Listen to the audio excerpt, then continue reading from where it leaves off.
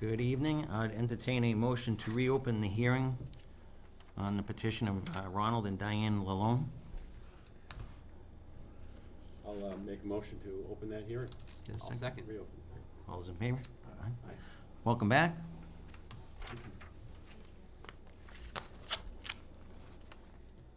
Do you have anything new you'd like to add, or are you waiting to hear what we have to say? A little of both. Go ahead. Maybe I should, maybe I should refer, I know Mr. Haskins has watched the videotape. Oh, yeah, I need to read that. You need to read in the Oh, affidavit. right. Yep. Thank you for reminding me. Sure. In accordance with Mass General Law, Chapter 39, Section 23D, I, Richard Haskins, hereby certify that I have examined the audio, video, and/or written transcript of the public hearing heard by the Board of Appeals held on July 12th, 2018, and I certify that I have complete knowledge and understanding of all elements contained therein. You're officially up to speed. All right, Okay. go ahead. So, in anticipation of getting some feedback from town council, which I haven't seen or heard anything from them, but I did do. Well, that usually goes through the board first, and then they would share it with you, so, which Okay. they will do tonight. Great. So I did do some additional research of the case law, the statute, and the prior decisions of the board to try to get a feel for what the board would feel comfortable doing with regard to this petition.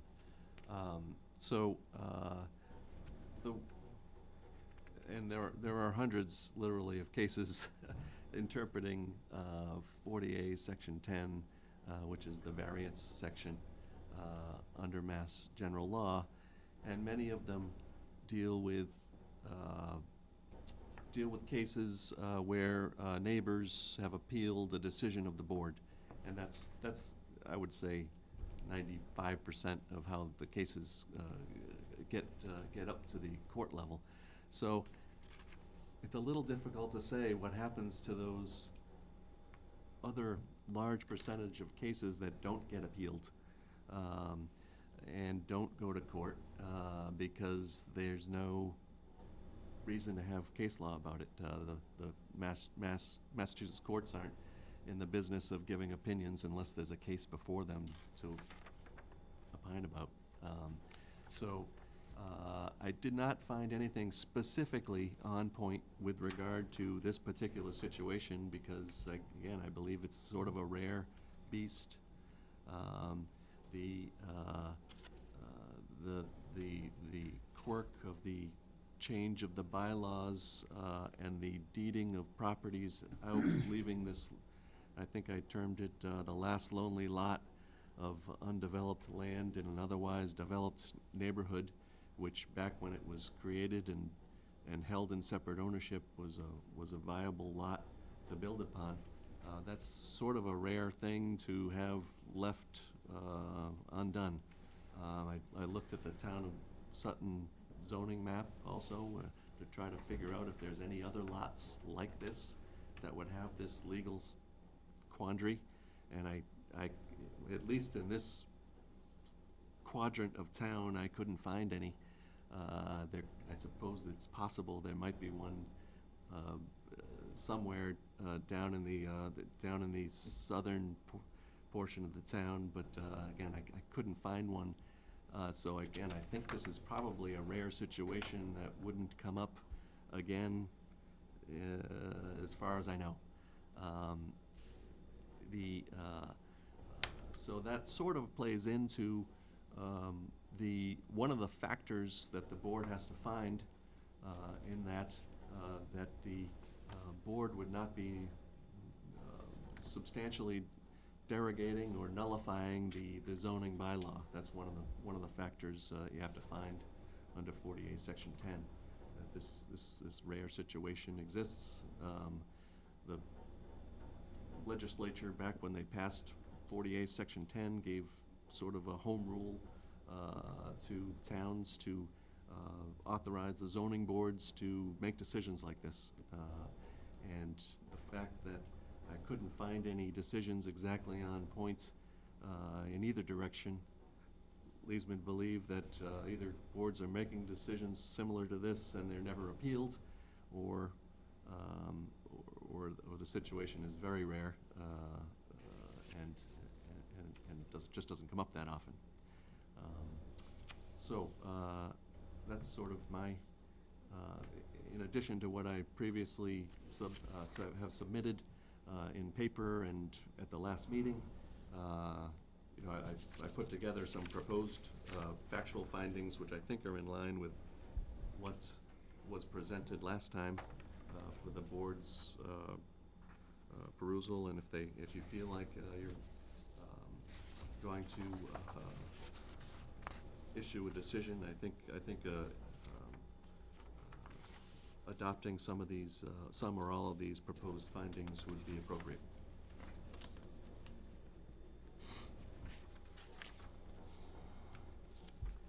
Any questions?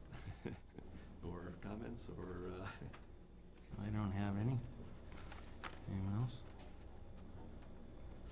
I think, just one more point, just Mhm. getting back to our original issue at the end of the last meeting.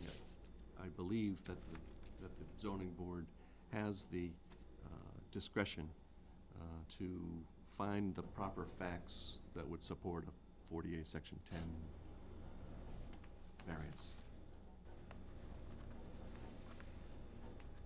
All right.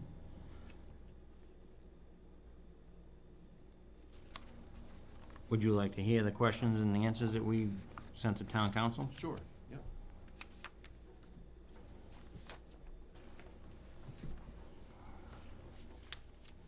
All right, our question was, because one of the standards for the issuance of a variance is hardship based on soil shape or topography, the petitioner's attorney states that there is in fact a topography hardship due to the lot being the only one not built out in a sea of similar lots and homes. Verified by the attorney when asked during the meeting, there are no soil shape or topography issues upon the land lot itself. Is his argument defendable? And town council replied, in my opinion, that position is not defensible. Topography in general law, chapter 48, section 10, refers to the topography of the land in question, not the topography of development in the neighborhood. And then, Is there a further question and answer, or is it a continue on? I can get to that one first if you want me to. How about you let him finish and we can. yeah, Yeah. I'll read through them and then. Okay, great. And second question was, by not utilizing the 5 years beyond the zoning change to build out the remaining lot in question, is that considered a self-created hardship or just missed opportunity? The applicant is requesting a variance, so I'm assuming, consistent with Jen's outline of the issue below, that the lot is not a legal, pre-existing, non-conforming lot. If it was held in common with adjoining land at the time it first became non-conforming, then yes, you are correct that at best, the owner would have 5 years to build on that lot. Failure to do that would be a missed opportunity. The hardship needed for a variance has to be related to the soil conditions, topography, or shape of the land in question, not the owner's financial circumstances or misfortunes. Our third question was, though the findings and argument in Tsongras versus Board of Appeals of Wareham appear very close and almost mirror to this application, is there additional case law that the board should be aware of that may or may not support the petitioner's request? No further cases are needed. The Tsongras case is on point. Last question was, do you find anything within the application and associated documents that the board could use to support their approval of the requested variances? His reply was, I do not see any indication in the materials that the applicant can show a hardship relating to the soil conditions, topography, or shape of the land in question. Nonetheless, the board may be aware of other facts or circumstances that, in its opinion, demonstrate the necessary hardship, and on that ground may be able to grant the variance. That was it. So let me see if I can remember what the first, what number one was. As for as for topography, as for taking into account topography of neighboring lots, it does sometimes come into play. And I'll give you a couple of examples. When a neighboring lot has a septic system and you can't build within so many feet of it, or you can't put your well within so many feet of it because of those boundary problems, that could be a neighboring problem that affects the land, the subject land.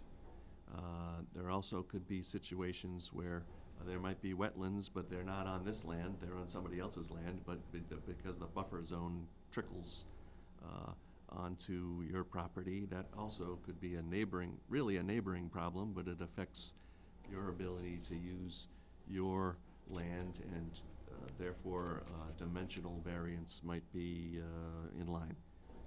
So I think to blanket say that that you're only looking at one lot in a vacuum isn't quite right.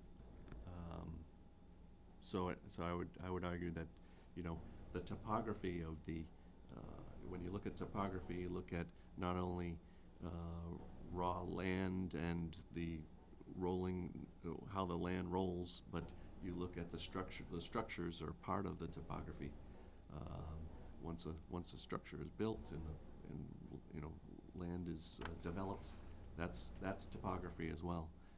So my argument would be that, you know, the closing in of this lot by the surrounding topography is one thing that you could take into account.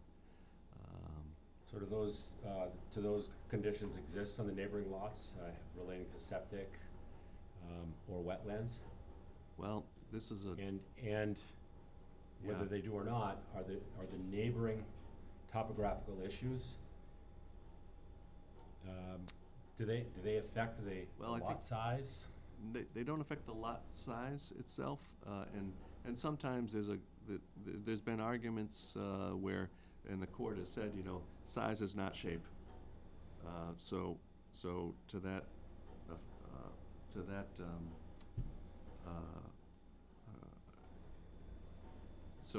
so the neighboring lots don't affect the shape of the neighboring lots. Excuse me.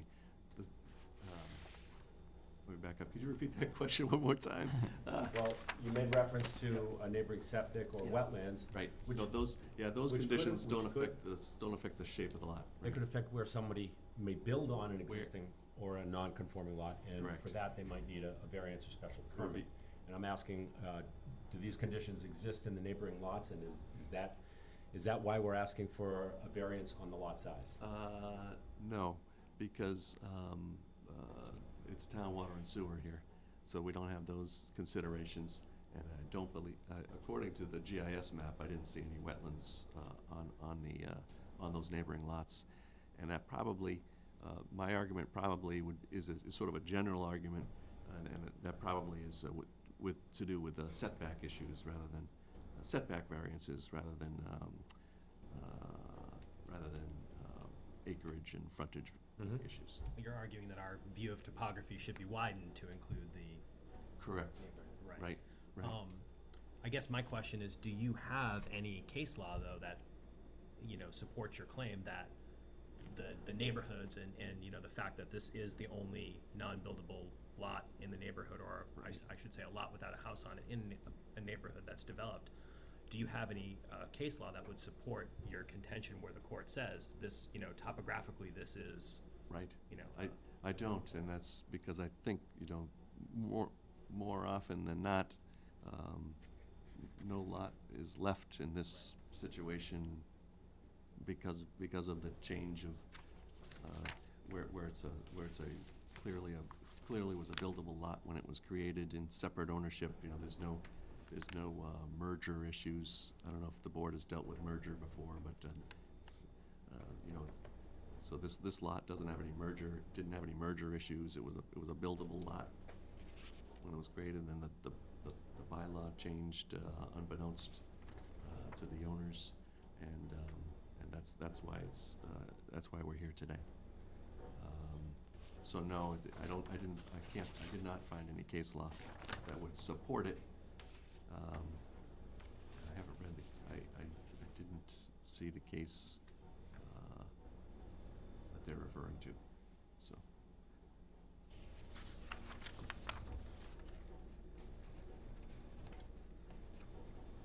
Okay, did you want to respond to number 2?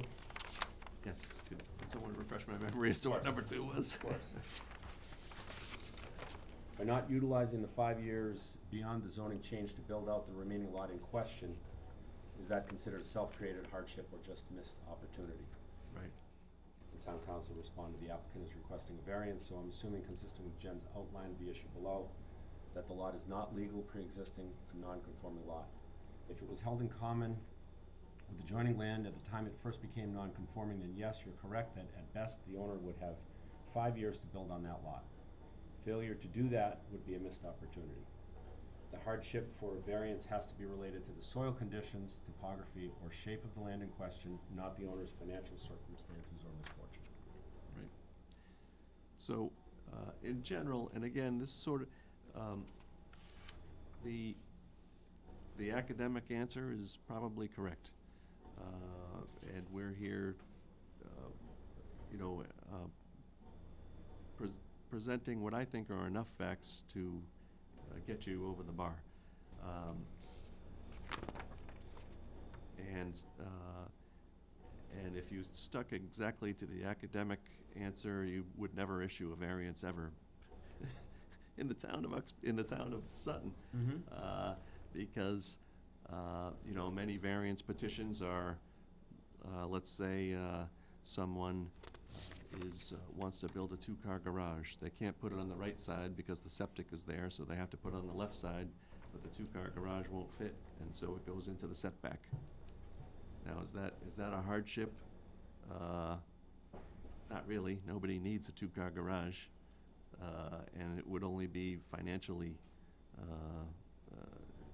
beneficial to someone to do an addition to improve their property like that, but boards grant them all the time, and everybody goes along swimmingly. So it's Not necessarily this board, sir. Yeah, okay. Yeah, I don't think we just roll over and because somebody Right. wants a 2-car garage and Right. they want it, that we give them a variance or a special permit, Yeah. we stick to the bylaw. Yeah. It's Unless somebody can present a hardship related to the soil or topography or shape. right. Yeah. So people make the argument that the soil conditions dictated that the construction be on one side rather than the other, or maybe the well location might affect their ability to do a particular project. But in most variances, there are certain weaknesses that can't be avoided, and one of them is the hardship argument. The board is correct to be inquiring about it because that's the difficult language to get over in the statute. So I don't disagree that that it should be questioned. In my opinion, I think that the unfortunate circumstances were the change of the bylaw, removing not only the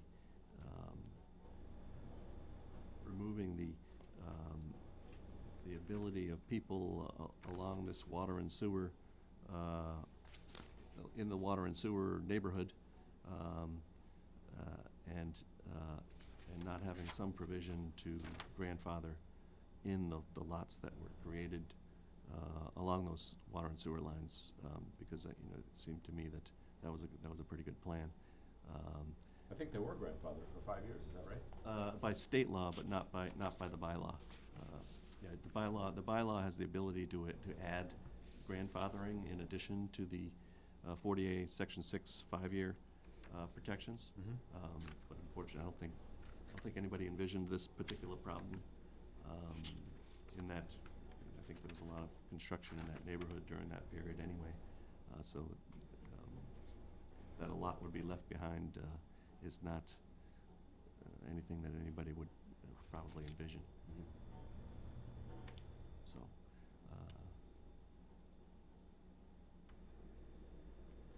Okay. you wanna, can we give a shot at number 3? What do we have there? Though the findings in argument in Zagronis versus Board of Appeals of Wareham appear close and almost mirror this application, is there additional case law that the board should be aware of? And Counselor says no. I'm not aware of specific case law that would address this particular problem. Are you aware of any case law where the board took into account changes in the zoning that caused a financial hardship or things like that? What case law would you use to support your financial hardship? Right.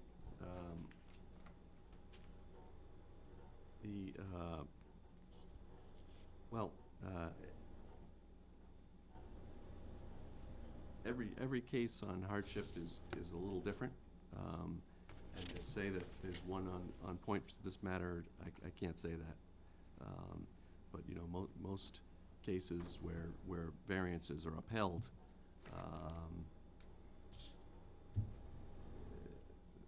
it's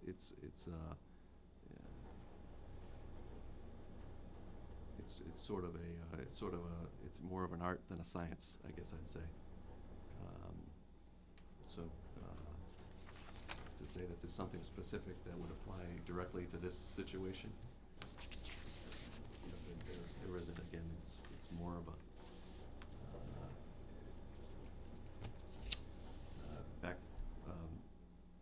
the Supreme Court once had a standard that said, you know, I'll know it when I see it.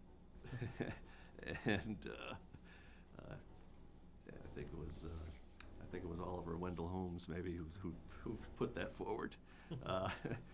And you know, I think that's sort of what sometimes what zoning boards are faced with.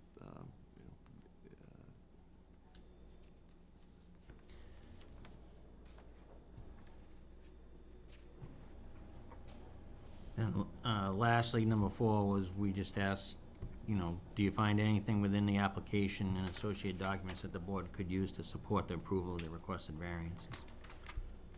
And he replied, I do not see any indication in the materials that the applicant can show a hardship relating to the soil conditions, topography, or shape of the land in question.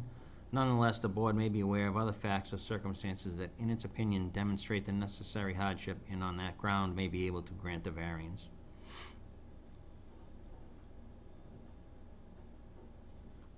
Well, again, I think the limited view from question 1, where they were sort of looking at the lot in a vacuum, is what I disagree with. You have to sort of look at the totality of the circumstances in the neighborhood as part of the topography of the overall situation. You know, if the and also the fact that, you know, this lot would be rendered utterly useless if a strict adherence to the bylaw we're stuck to. And furthermore, there's, you know, in addition to not being able to use the lot in the future, there's the not always a dictating fact, but they have paid 30 years of taxes on a buildable lot, which is quite a substantial sum for anybody, and especially the loans. So that's one of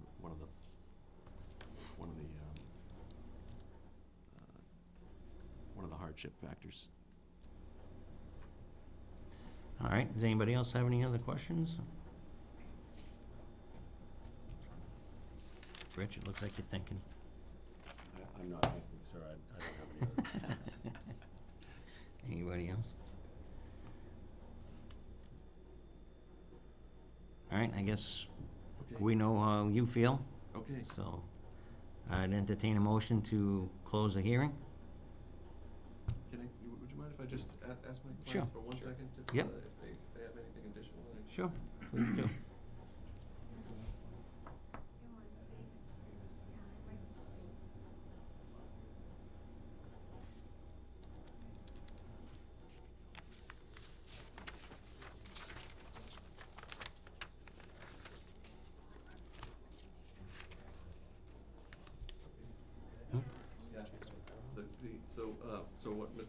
I was discussing with Mr. Lalone was that, you know, the awareness of the bylaw change, was, you know, probably was known in the town of Sutton as they got prepared for the town meeting, but the Lalones happen to live in the town of Grafton, and, was not as well known to the citizens in that town, and that's why it slipped by the cracks.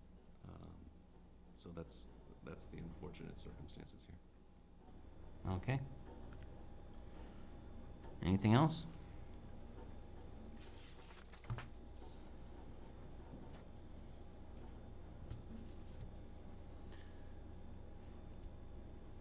So I guess there's a little discussion amongst the board, and I'm only speaking for myself, but certainly unfortunate the circumstances you're in, but my opinion, I don't feel comfortable moving forward, you know, granting this variance. I don't know if there's another option for you as far as withdrawing and regrouping or anything like that, or, Yeah, I mean, not really, but, I mean, I don't know. right. Sometimes we kinda let the applicant know what we're thinking, and then some, you know, it's different, this one than some, but Right.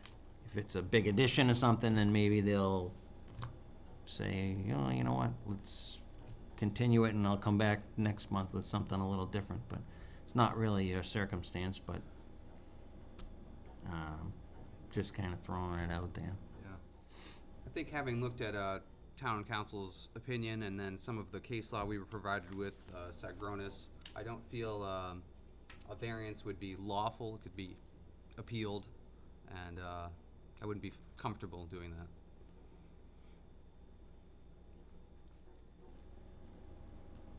I think, and this is not an overriding factor, but, you know, given town council's opinion, which, you know, again, is sort of the academic answer, and I don't think they're totally off base, but I sort of disagree where there might be some gray area. That, again, the purpose of zoning boards is to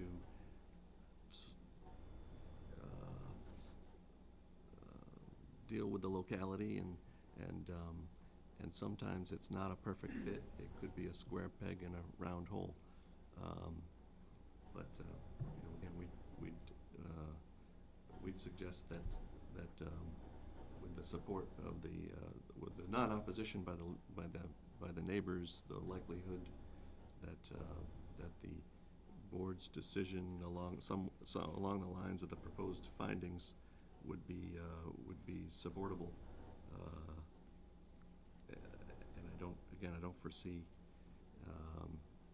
any opposition from the abutters. But, yes, but I just want to respond to Councilor Wickstrom. I don't think the board would be in a position to make a decision on any application because we think it might not be appealed. We need to, especially in opposition of town council's advice. Would you like to speak, sir? I'm not alone, what the question is. Okay. And I just wanted to point out, I mentioned it to her attorney, but So when we did divide the land, and someone was allowed to build on the other, the property we sold, and we kept the larger part for ourselves. Now, had we known that the zoning that had changed, and they only give us a 5-year period, I consider myself an intelligent guy. I would have made an attempt to have sold the land before that 5-year period was up. We had no knowledge of it at all.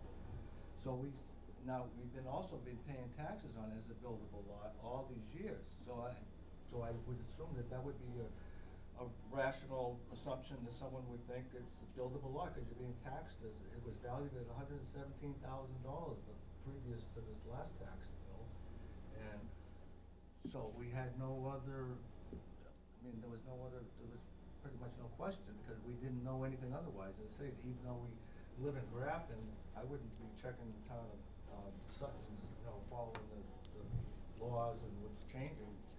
And according to my tax bill, nothing had changed.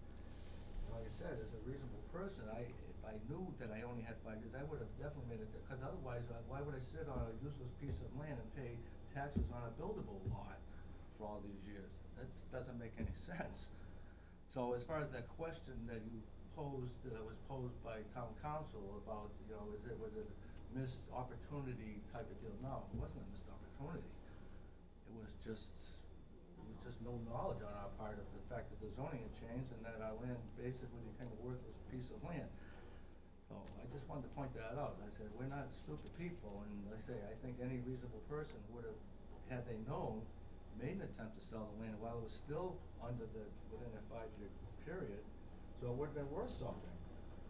And then, like I said, as it stands, and then, why would we continue to pay full taxes on a worthless piece of land? It doesn't make any sense. Right. And that's the question, that's what I wanted to address, the question that he brought up about town council had asked about whether it was a missed opportunity or something like that. It wasn't a missed opportunity. So I just wanted to state, try to make that clear, okay? Yeah. Thank you. Thank you. Okay. I am Diane Malone, and I was 18. I'm now 65, and my father was buying that piece of property, and my older brother said to me, "You got money, buy with Dad," and I did, and it was in my father's name until we got married, and that was turned over to me. We were looking about building a house there, and then Ronnie ran into an engineer, and that was working on the land on Fox Run, the development that was going up, and he said, "Oh, you're gonna have town water and sewer. You're gonna have two house lots here." And we said, "Oh, okay." So we then went ahead and did that, and we then sold a small piece, and it's ironic because I got laid off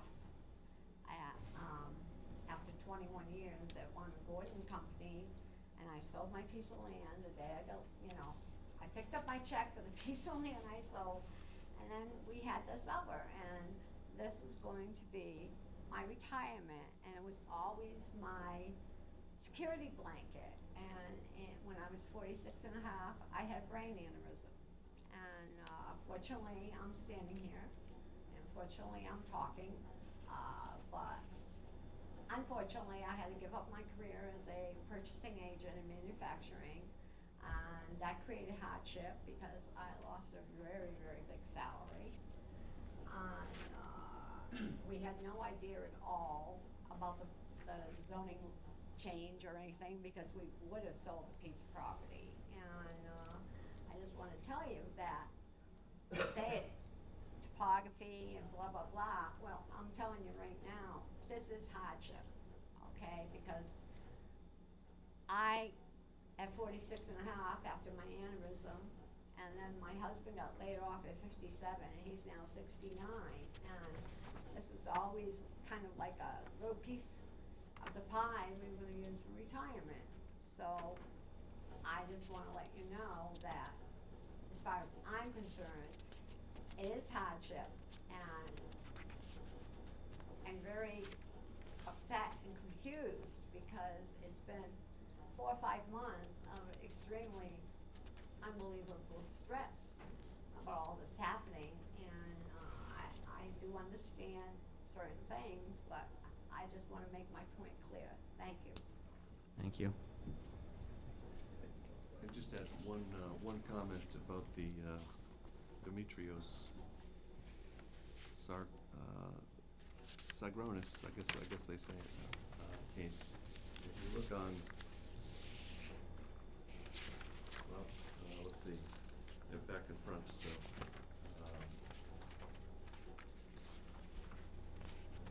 I guess it's 1, 2, 3, so down the bottom right-hand corner is 3 of 8. In the middle paragraph, you'll see that the judge relied upon the unique shape of the lot.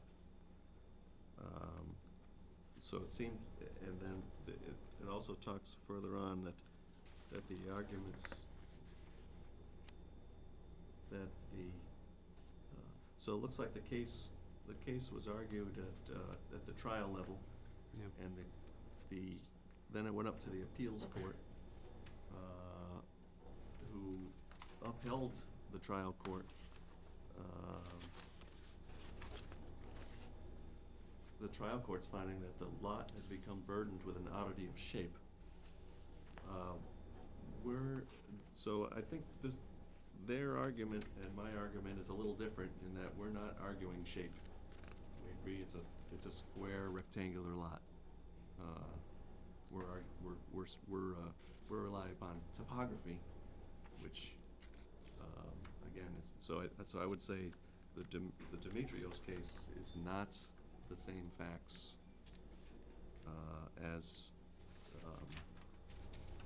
town council's laid out, because and I think it says in there, if I read it right, that there was no evidence and no argument that topography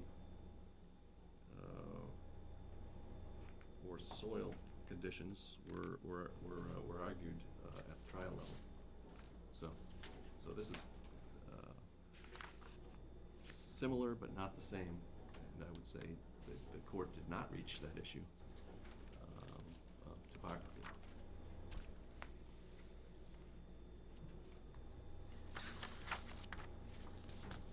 All right, anything else? Entertain a motion to close the hearing.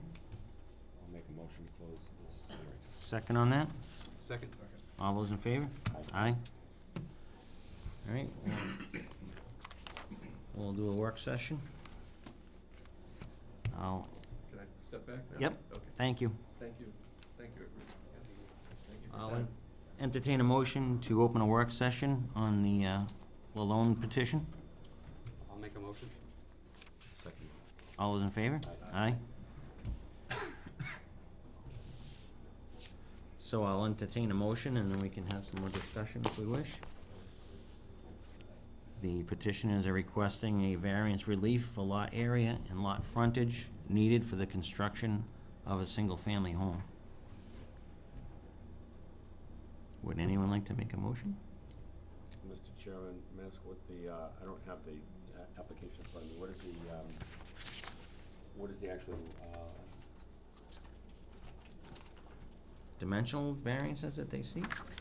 yeah, what are the lot dimensions right now? Or not the dimensions, the lot covers? Well, it's, do you have the application? I don't. front of you? That was- Dan, do you have the rest of this one? I know, I left, All right. I thought I had mine. Just make sure I get it back. It's the This is the original. original? The original. I don't think they spell out the, actual, cause they haven't really designed it. So it doesn't meet the frontage or the, area. Oh, okay, so,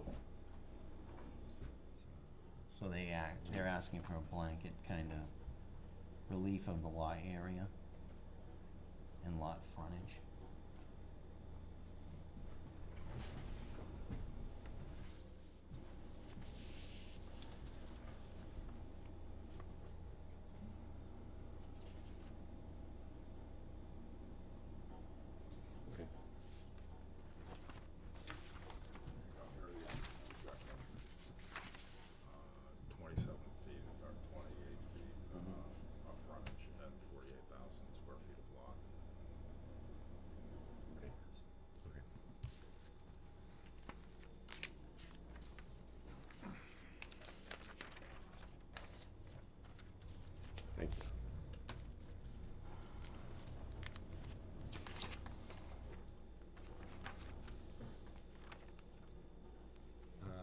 Sure, I'll make a motion,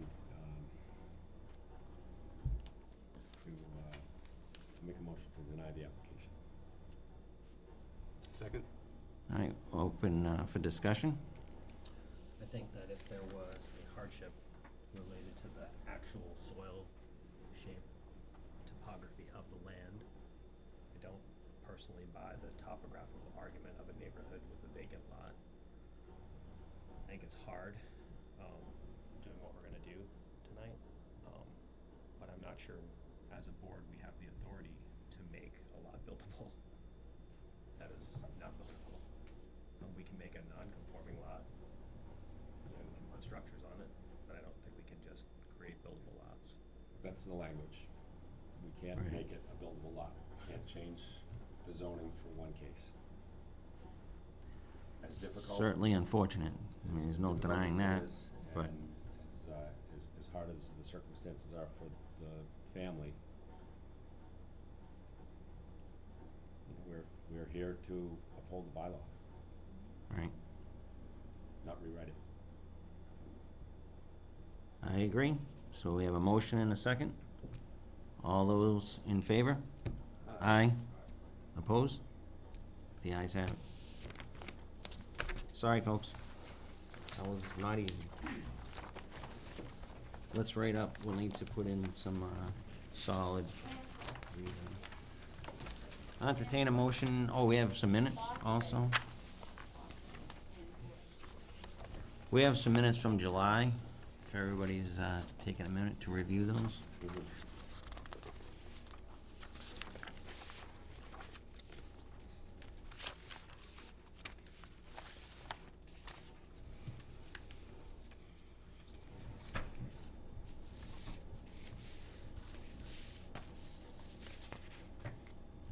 That was yours.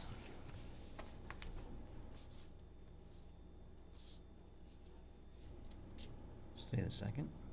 It is.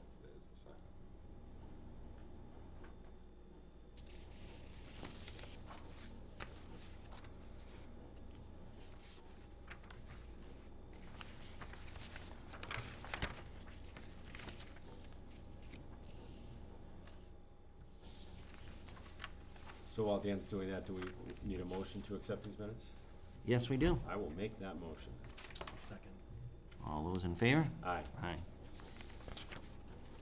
Entertain a motion to adjourn?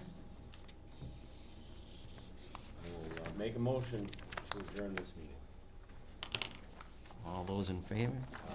Aye. See you next month.